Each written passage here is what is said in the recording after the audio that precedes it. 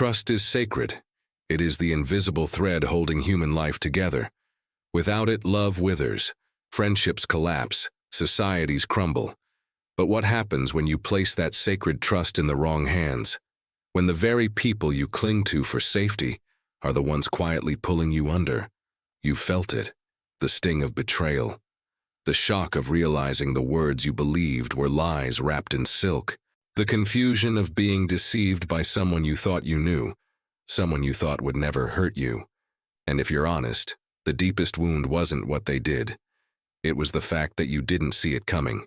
You trusted, and that trust was weaponized against you. Carl Jung believed the human psyche is full of masks, shadows, and hidden motives. He reminded us that people are not always what they seem. A smile can be a disguise. Politeness can be a shield. And beneath the surface, motives often run darker than they appear. He warned that not everyone deserves your trust, because some people carry poison in their sweetness. Some speak with honeyed words while holding knives behind their backs. And the cruelest part? Many of them don't even realize the damage they cause. Think about it. How many times have you looked back and said, "The signs were there, I just didn't want to see them"? We blind ourselves because we long for connection, because we want to believe the best. But trust given too easily becomes a door left wide open for harm. This isn't about paranoia. It's about awakening. Awakening to the fact that while trust is essential, it is also dangerous when placed carelessly. Jung knew that the unconscious often draws us toward people who reflect our own unhealed wounds. And until you recognize the masks, you risk being deceived again and again. So today, we'll explore 6 types of people Jung might urge you to be wary of. 6 faces that often look harmless, even kind, but carry traps that can hollow you out if you were not awake. Because when you finally learn who not to trust, you discover something far more powerful: who you truly can. And that shift, the shift from blindness to clarity, from naivety to wisdom, changes everything. The cost of misplaced trust isn't just disappointment, it's self-betrayal. Every time you allow someone unworthy into your inner world, you hand them the keys to your peace, your confidence, your soul, and when they misuse it, the wound doesn't vanish when they leave. It echoes. For years, sometimes for decades. Think of the patterns you've lived through. The friend who always takes but never gives. The partner who drains your light and then calls it love. The authority figure who cloaks control beneath charm, making obedience feel like devotion. Each time you swore it wouldn't happen again, yet somehow it did. Different faces, same story. And the question gnaws at you: why do I keep ending up here?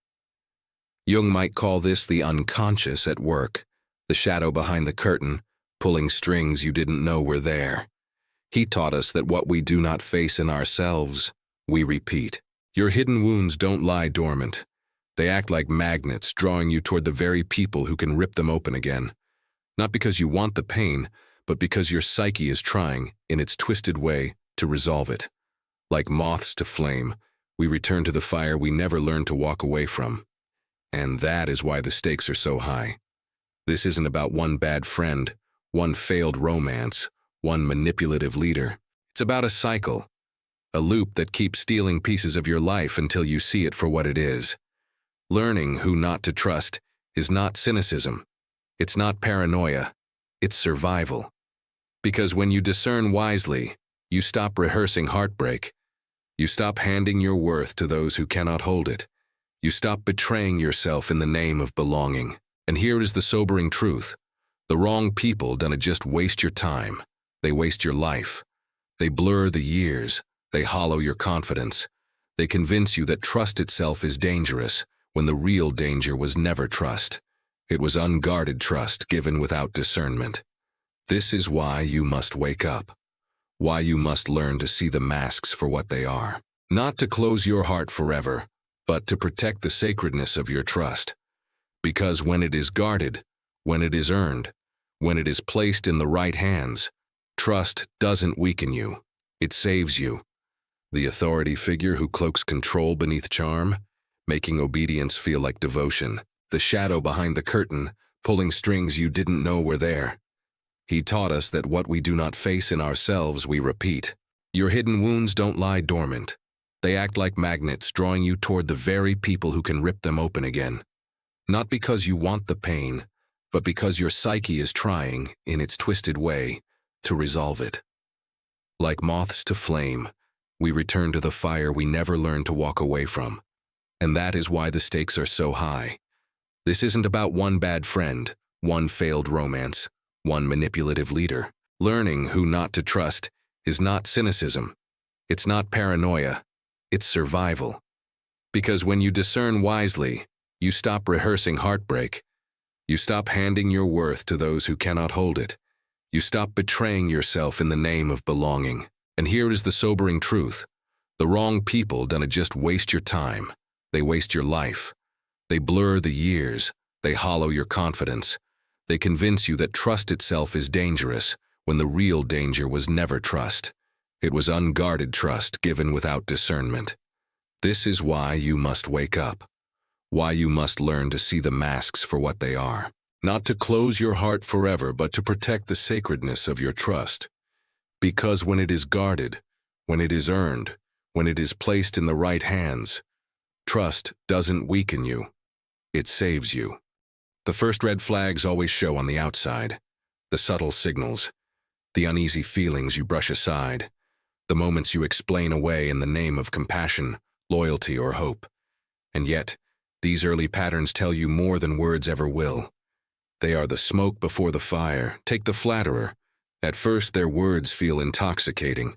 They drench you in praise, call you extraordinary, make you feel as though you're the center of the universe. Who wouldn't want that? Who doesn't crave recognition? But Jung might remind you, what looks like devotion is often projection. They're not seeing you. They're seeing their own hunger reflected in your image. You become the canvas for their unmet needs, the symbol of their salvation. And when that projection collapses, as it always does, the admiration turns to resentment. The one who once worshipped you will turn with equal intensity, condemning you for not being the fantasy they invented. Then there is the perpetual victim. Always wounded, always misunderstood. Their stories of betrayal pull at your empathy. You think, if I can just love them enough, maybe I can heal them. But here's the trap. Their wounds are not a call for healing, but a tool for control. By placing themselves beneath you, they bind you into the role of savior. You become their endless rescuer, pouring energy into a bottomless well. Yet no matter how much you give, nothing changes.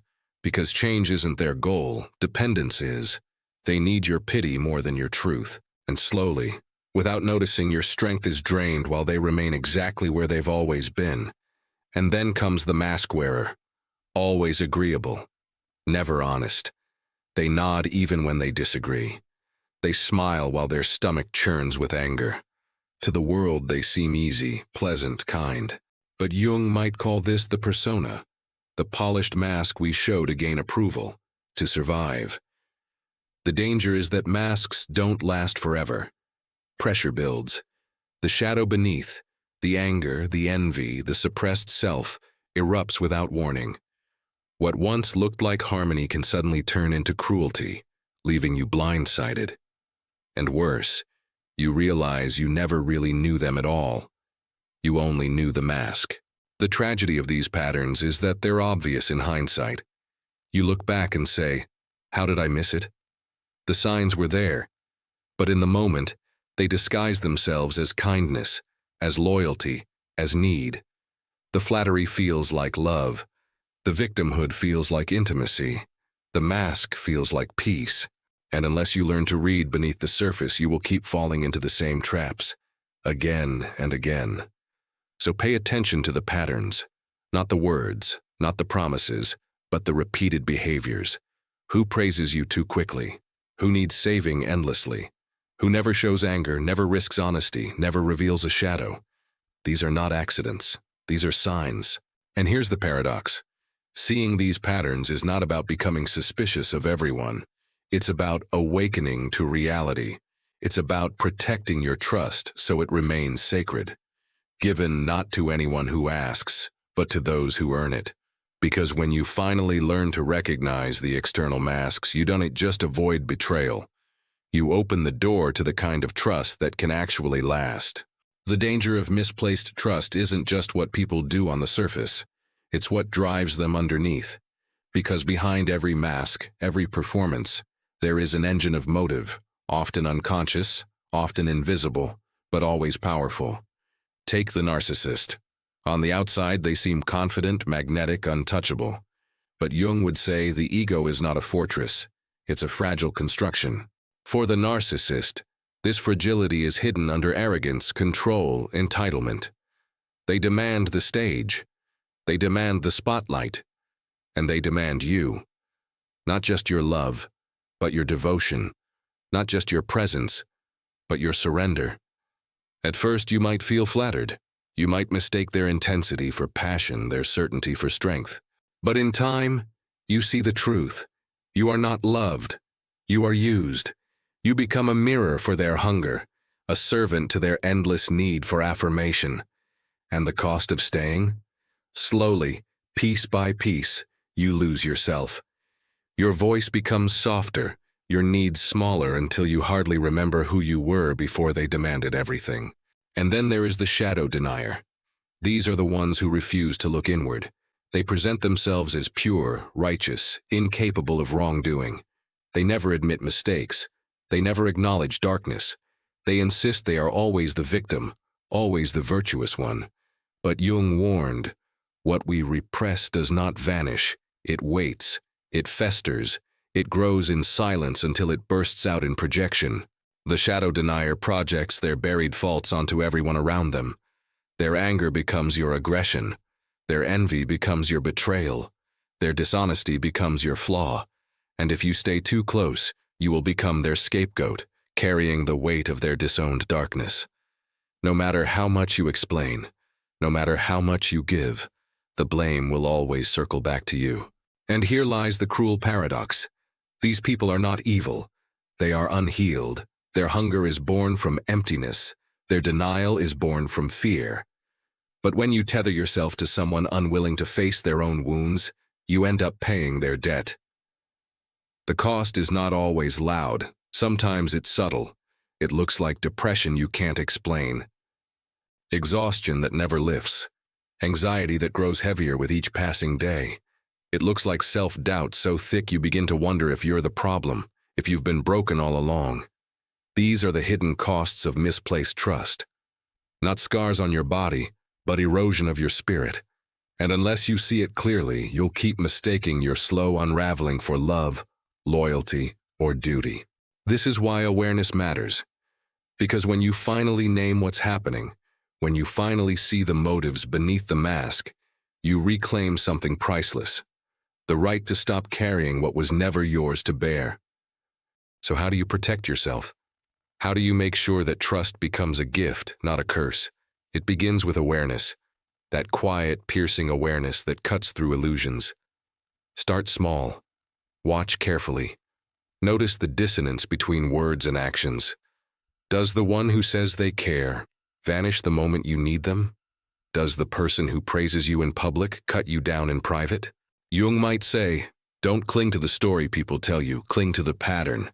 Because patterns never lie. Words are rehearsed, actions are raw. Trust patterns, not promises. The second step is reclaiming your boundaries. For too long, you've treated your energy as if it were infinite, as if anyone could dip their hands into it whenever they pleased. But your energy is sacred. Jung might remind you that wholeness means saying no when something violates your soul. Saying no without apology. Saying no without a 5-paragraph explanation. Just no. Because the moment you stop defending your boundaries, you stop defending yourself. And here's the truth, anyone who resents your boundaries was never offering love. They were demanding access. The third step goes deeper. Cultivate your own shadow work. The clearer you are about your wounds, the less likely you are to be drawn into theirs. When you own your anger, it cannot be weaponized against you. When you admit your loneliness, you stop grasping at relationships that exploit it. When you embrace your hunger for validation, you stop outsourcing your worth to people who dangle approval like bait. Jung taught that what you refuse to acknowledge within yourself, you will project outward. But when you integrate your shadow, you break the cycle. You stop chasing ghosts that drain you and you begin choosing people who nourish you. This is not about building walls. It's not about closing yourself off and calling it strength. No, it's about choosing doors. Doors you can open freely to those who prove themselves worthy, through respect, through reciprocity, through honesty. And doors you can close firmly against those who cannot. Walls imprison, doors protect. And here's the paradox. When you finally trust wisely, your relationships don't shrink. They deepen. You stop scattering your trust like seeds on barren ground, and instead plant it in soil that can grow. And what grows is not dependency, not illusion, not betrayal, but truth. When you practice this, when you pay attention to patterns, guard your energy, and face your own shadow, you stop fearing betrayal, because betrayal no longer surprises you. You see it for what it is, and you step away before it consumes you. And in that freedom, trust is reborn. Not blind trust, not desperate trust, but conscious trust. The kind that makes love possible, friendship enduring, and your soul finally safe in its own hands. That is the transformation, not cynicism, not naivety, but clarity. And clarity is the beginning of every real connection you will ever know. So who are the 6 people Jung would warn you about? The flatterer, the perpetual victim, the mask wearer, the narcissist, the shadow denier, and anyone who refuses to grow. At first, they may look harmless. They may even feel intoxicating, like a rush of validation, like a cause to fight for, like a perfect harmony. But trust is sacred, and when it's placed in the wrong hands, it doesn't just break your heart. It can fracture your sense of self. The danger of these people is not always in what they do once. It's in what they repeat, the way they drain you quietly, the way they make you doubt your instincts, the way they convince you that their needs matter more than your truth. You don't notice it all at once. It happens slowly, 1,000 small compromises until one day, you hardly recognize yourself in the mirror. But here's the good news. Once you see the pattern, you can't unsee it. Once you learn the language of masks, they lose their power. Their flattery no longer hypnotizes you. Their victimhood no longer traps you. Their masks no longer fool you. Because the moment you awaken to what is happening, you become untouchable. Not because no one tries to deceive you, but because you refuse to deceive yourself. Nietzsche once said, "I'm not upset that you lied to me. I'm upset that from now on I can't believe you." The loss of trust is devastating, but it is also clarifying. It teaches you who belongs in your circle and who does not. It shows you who deserves access to your inner world and who must remain at the gate. So guard your trust. Give it slowly. Protect it fiercely. Because when you finally learn who not to trust, you gain something extraordinary. The freedom to build your life only with those who can hold it with care. And in that freedom, something shifts. You stop begging for crumbs. You stop apologizing for boundaries. You stop mistaking exploitation for intimacy. Instead, you create relationships rooted in truth, reciprocity, and respect. That is the gift of discernment. That is the gift Jung wanted you to have. Not a life without risk, but a life where your trust is honored. And once you live that way, your soul is no longer in danger of being broken.